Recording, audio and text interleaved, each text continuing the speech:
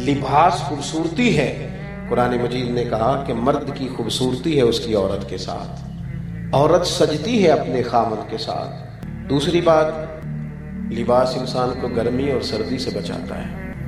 شدید گرمی میں بھی ضرورت ہوتی ہے کہ کچھ لباس ہو تاکہ شدت نہ ہو، سورج کی تپش نہ لگے۔ میرے عزیزو، مرد عورت کو، عورت مرد کو ایک دوسرے کے لیے سائبان بنتے ہیں، مشکلات سے نکلنے کا ذریعہ بنتے ہیں۔ تیسری بات دیکھو، اتنی گہری بات کہیں اور نہیں مل سکتی۔ تیسری بات ارشاد فرمائی مفسرین کرام نے، فرمانے لگے کہ لباس جو ہوتا ہے نا وہ جسم کے عیب چھپا دیتا ہے، عیب چھپ جاتے ہیں، جتنے مرضی گہرے وجود پر نشانات ہوں وہ چھپ جاتے ہیں لباس کی وجہ سے۔ کہنے لگے عورت مرد کے عیب چھپا دیتی ہے، مرد عورت کے عیب چھپا دیتا ہے۔ شکوے نہیں کرتے۔ نبی پاک صلی اللہ تعالی علیہ وسلم نے فرمایا اپنی بیوی سے بغض نہ رکھنا، اگر اس کی ایک بات تمہیں ناپسند ہو تو اس پر غور کر لینا جو تمہیں پسند ہے، گھر بچ جائیں گے۔ آپ دیکھو کتنی تیزی سے طلاقیں ہو رہی ہیں، لیکن قرآن مجید نے کہا تم لباس ہو ایک دوسرے کا، تم لباس ہو۔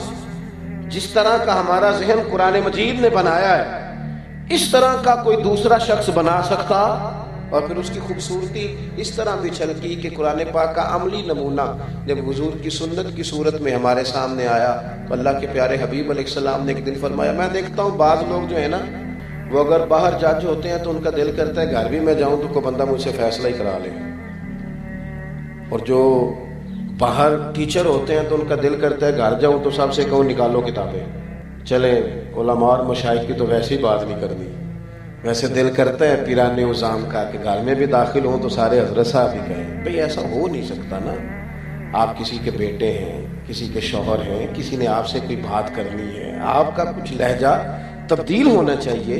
حضرت سیدہ عائشہ صدیقہ رضی اللہ تعالی عنہ فرماتی ہیں میں قربان جاؤں، ایک دن محبوب مجھ سے فرمانے لگے عائشہ جب تم مجھ سے راضی ہوتی ہو تب بھی مجھے پتہ چل جاتا ہے، اور جب تمہارے دل میں کوئی بات ہوتی ہے پھر بھی مجھے پتہ چل جاتا ہے۔ تو میں نے جلدی سے عرض کی یا رسول اللہ میرے ماں باپ قربان، میں اور آپ کے بارے میں؟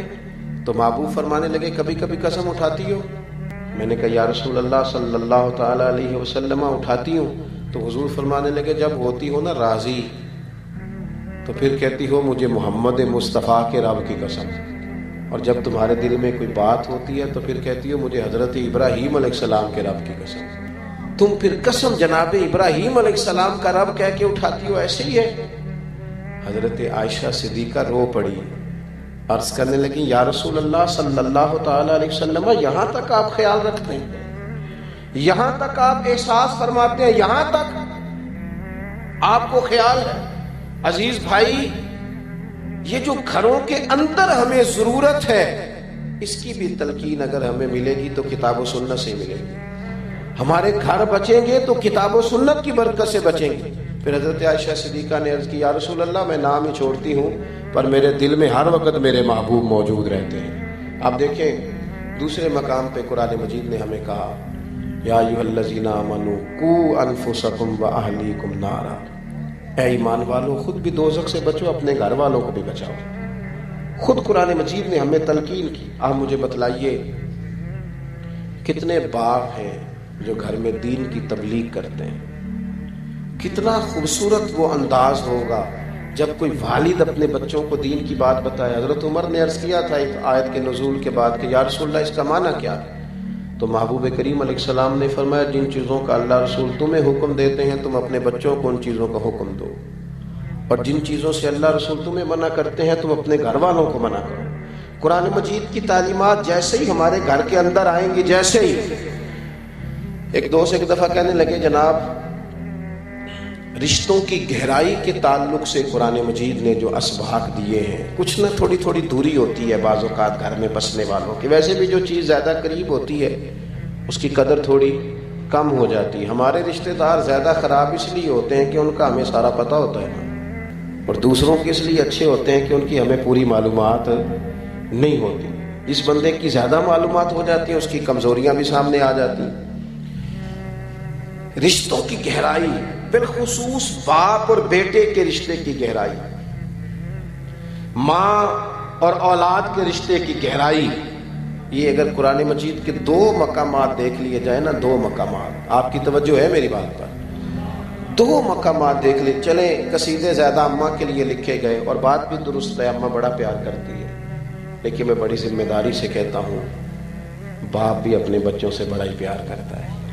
والد نہ کہہ نہیں سکتا نا میں صدقے جاؤں، اس کا جملہ نہیں ہے، وہ کہہ نہیں سکتا، ورنہ تو بیٹا تھوڑا بڑا ہو جائے نا، وہ اس کا قد برابر ہو جائے تو والد سمجھتا ہے کہ یہ تو میرا اعزاز بن گیا ہے، یہ تو میرے برابر آ گیا ہے، اب تو میرے لیے بڑی ساری پریشانیاں ختم ہو گئی.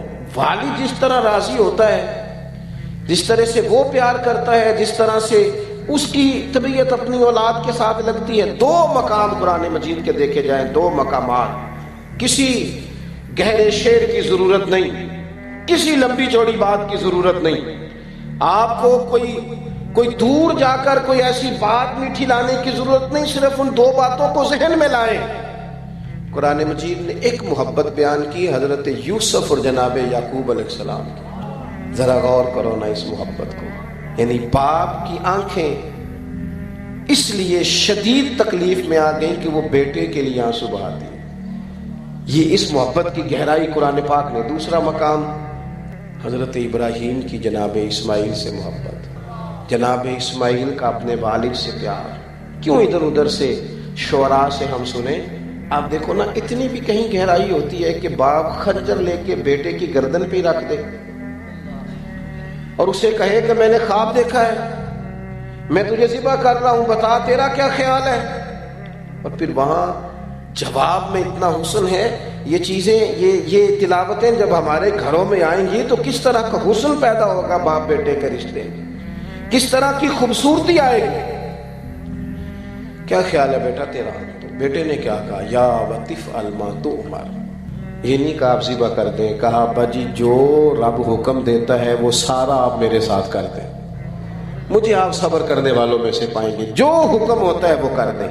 ہمارے گھروں میں قرآن مجید آئے، ہماری سوسائٹی میں قرآن مجید آئے، ہماری قرآن پاک کے ساتھ دلچسپی ہو.